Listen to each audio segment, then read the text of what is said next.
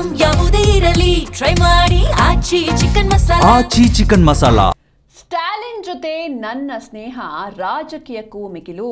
CM Vijay ಮೇಲೆ ನನಗೆ ಯಾವುದೇ ದ್ವೇಷ ಇಲ್ಲ ಅಂತ ಚೆನ್ನೈನ ನಿವಾಸದಲ್ಲಿ ನಟ ರಜನಿಕಾಂತ್ ಸ್ಪಷ್ಟನೆಯನ್ನ ನೀಡಿದ್ದಾರೆ. ಸ್ಟಾಲಿನ್ ಜೊತೆಗಿನ ನನ್ನ ಸ್ನೇಹ ಏನಿದೆ ಇದು ರಾಜಕೀಯಕ್ಕೂ ಮಿಗಿಲು. ಸ್ಟಾಲಿನ್ ಭೇಟಿಯಾದದ್ದು ಸಂಪೂರ್ಣವಾಗಿ ಇದು ಪರ್ಸನಲ್.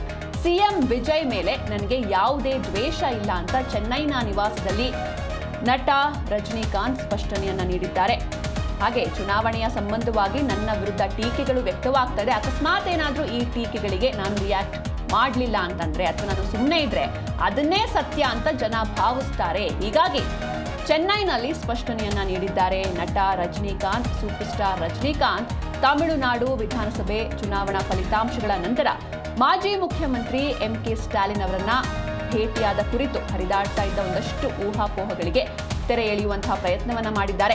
ಡಿಎಂಕೆ ಮುಖ್ಯಸ್ಥ ಎಂಕೆ ಸ್ಟಾಲಿನ್ ಜೊತೆ ತಮ್ಮ ಸ್ನೇಹ ರಾಜಕೀಯಕ್ಕಿಂತ ಮಿಗಿಲಾಗಿದ್ದು, ಹಾಗೆ ಮುಖ್ಯಮಂತ್ರಿ ಸಿ ಜೋಸೆಫ್ ವಿಜಯ್ ವಿರುದ್ಧ ತಮಗೆ ಯಾವುದೇ ರೀತಿ ಅಸೂಯೆ ಅಥವಾ ರಾಜಕೀಯ ವಿರೋಧ ಇಲ್ಲ ಅಂತ ರಜನಿಕಾಂತ್ ಸ್ಪಷ್ಟಪಡಿಸಿದ್ದಾರೆ. ಚೆನ್ನೈನ ಪೊಯ್ಸ್ ಗಾರ್ಡನ್ ನಿವಾಸದಲ್ಲಿ ಅವರು ಸುದ್ದಿಗೋಷ್ಠಿಯನ್ನ ನಡೆಸಿದ್ರು.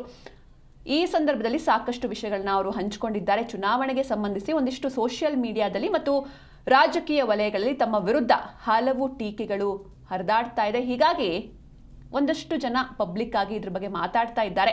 ಇದ್ರ ಬಗ್ಗೆ ನಾನು ಮಾತಾಡಲೇಬೇಕು, ಯಾಕಂದ್ರೆ ನಾನೀಗ ಸುಮ್ಮನೆ ಇದ್ರೆ ಅಕಸ್ಮಾತ್ ಏನಾದರೂ ರಿಯಾಕ್ಟ್ ನಾನು ಮಾಡಲಿಲ್ಲ ಅಂದ್ರೆ ಅದೇ ಸತ್ಯ ಅಂತ ಜನರು ಭಾವಿಸ್ತಾರೆ ಅಂತ ಹೇಳಿದ್ರು.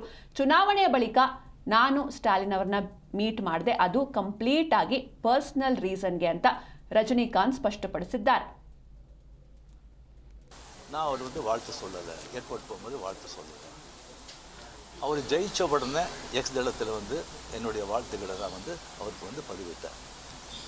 நான் 2016 அரசியலுக்கு வர்றேன்னு சொன்ன பிறகு நான் ஏர்போர்ட்டுக்கு போகும்போது யூஸ்வலாக அங்கே இருக்கிறவங்க அந்த போர்டிங் கார்டு வாங்கிறதுக்கு இருப்பாங்க. அவங்களுக்கு கேட்குறது தான் வழக்கம், மீடியா யாராவது இருப்பாங்களா அப்படின்னு. அதே இதில் வந்து மீடியா யாராவது இருப்பாங்களான்னு கேட்டு பெங்களூர் போகும்போது மீடியா யாரும் இல்லைன்னு சொன்னாங்க. சரின்னு சொல்லி நான் போயிட்டு இருக்கும்போது திடீர்னு ஒருத்தர் ஒரு மீடியா ஆள் மாதிரி தெரியல எனக்கு. ஒரு சின்ன ஃபோன் வச்சுக்கிட்டு விஜய் ஒரு முதலமைச்சர் இருக்காரு அப்படின்னு சொன்னேன். நான் என்ன செகண்ட் ஷாக், அது மீடியா மாதிரியே தெரியல எனக்கு. ஃபோன் வச்சுட்டு நான் அப்படியே பார்த்து சிரிச்சு நான் போயிட்டேன். அதுக்கு வந்து வாழ்த்துக்கள் சொல்லலை அப்படின்னு சொல்லி அதுக்கு ஒரு விமர்சனம். இன்னொன்று வந்து விஜய் மேலே எனக்கு பொறாமை.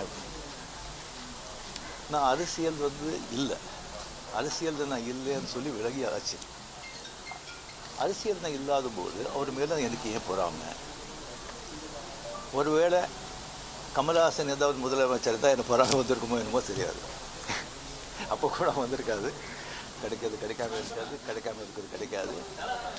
ஸோ இன்னொன்று வந்து எனக்கும் விஜய்க்கு வந்து எனக்கும் விஜய்க்கு வந்து ஒரு ஜெனரேஷன் கேப், கிட்டத்தட்ட 25 இயர்ஸ் டிஃப்ரென்ஸ். நான் முதலையே சொல்லியிருக்கேன். நான் வந்து விஜயை வந்து நான் இதை கம்பேர் பண்ணிக்கிட்டால் அது எனக்கு நல்லது இல்லை, கெட்ட பேர். விஜய் என்னை பற்றி கம்பேர் பண்ணிவிட்டால் அவருக்கு நல்லது. சின்ன வயசுலேருந்து அவர் பார்த்துட்ருக்காரு. அவர் சிஎம் ஆனதில் எனக்கு என்ன போகிறாங்க? அது இன்னும் இவ்வளோ சின்ன வயசில் 52 வயசில் எம்ஜிஆர் என்டிஆர் சாதனை பண்ணுறதை விட அதை விட ஜாஸ்தி. கம்ப்ளீட்டாக சென்டர் பிஜேபி எவ்வளோ பெரிய பவர்ஃபுல் சென்டர். இங்கே 2 பெரிய கட்சிகளை எதிர்த்து தனி ஆளை வந்து ஜெயிச்சிருக்காங்க. அது நம்ம சினிமா இண்டஸ்ட்ரி இருக்குது. எனக்கு அது பொறாமை இல்லை, ஒரு ஆச்சரியம் கலந்த ஒரு சந்தோஷம். அடையா அப்ரிஷியேஷன், சூப்பர். ஸோ அந்த பொறாமையும் இல்லை. விஜய் அவர்களுக்கு வந்து நிறைய எதிர்பார்ப்புகள் இருக்குது ஜனங்க மத்தியில். டெஃபினட்டாக அந்த எதிர்பார்ப்பெல்லாம்